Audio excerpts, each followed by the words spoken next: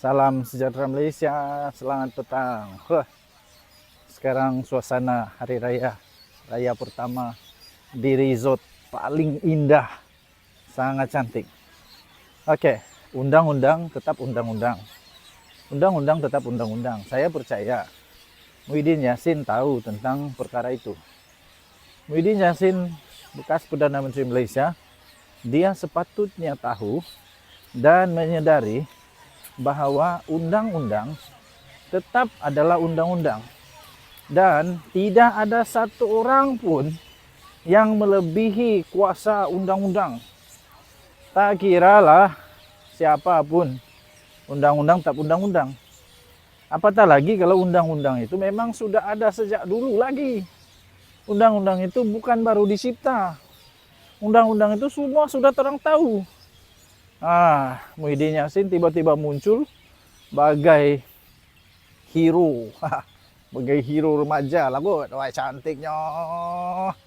Bagai hero remaja tiba-tiba mengulas, kononnya kejam lah di BKL buat begitu. Ya, pada satu sisi memang betul, perkara itu memang tidak wajar. Tapi pada sisi yang lain, Muhyiddin perlu paham, undang-undang itu memang sudah ada. Muhyiddin perlu sadar bahwa undang-undang itu bukan baru kemarin dibuat. Dan amaran sudah dibuat sebenarnya kepada Abang Belon. Sudah dibuat kerana menghalang lalu lintas. Tahu tak apa maksud menghalang lalu lintas? Membahayakan, mendatangkan bahaya kepada orang lain. Sekarang bolehlah. Muhyiddin sudah jadi pembangkang, bolehlah. Tiba-tiba otak dia masuk ulat ke apakah? Tiba-tiba nak jadi hero paling bertoleransi, paling baik di muka bumi. Ingatkah lagi Muhyiddin waktu COVID-19 dulu? Ingatkah lagi dia?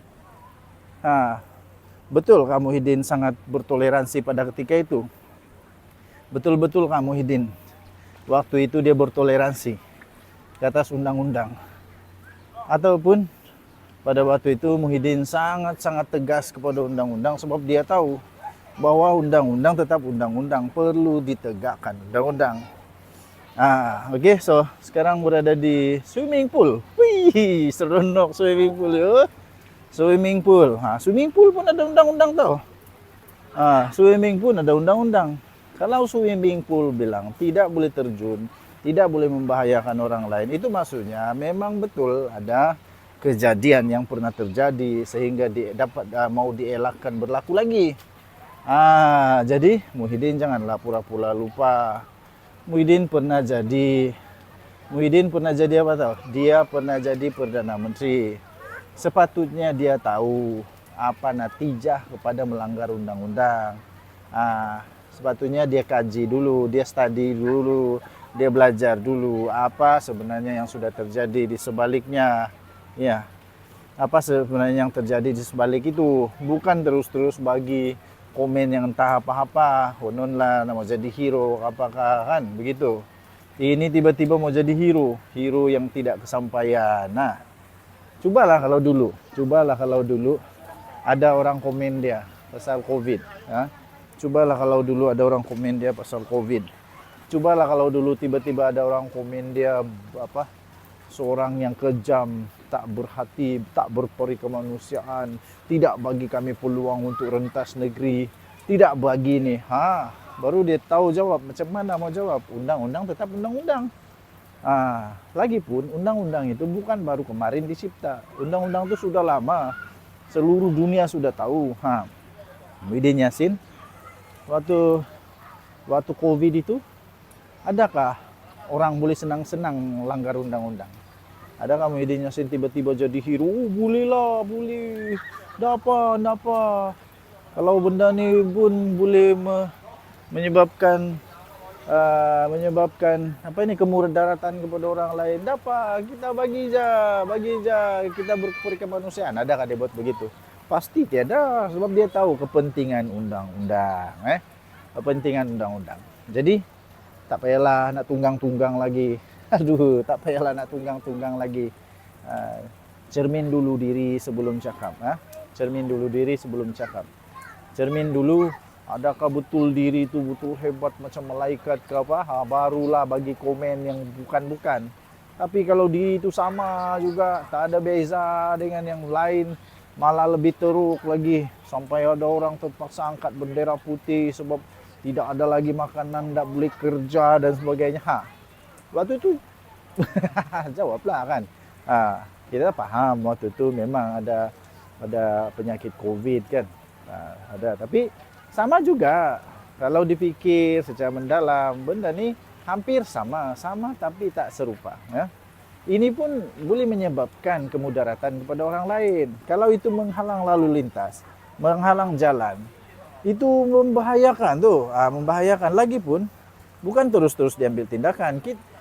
Di BKL sudah bagi amaran, di BKL sudah bagi amaran, di BKL sudah bagi peluang.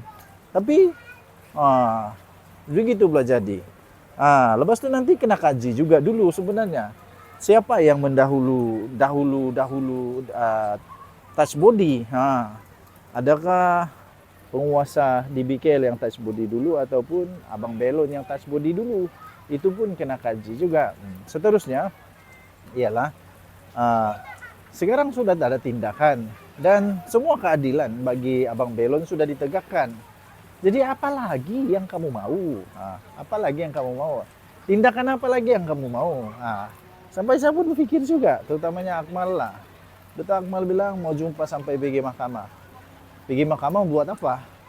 Apalagi yang tidak puas hati. Takkanlah sampai dorang mau kena gantung sampai mati baru puas hati. Sudah kena gantung kerja pun, dorang pun ada anak bini, perlu dibagi makan. Kenapa itu tidak perlu dipikirkan? Itu tidak perlu untuk dipertimbangkan kah?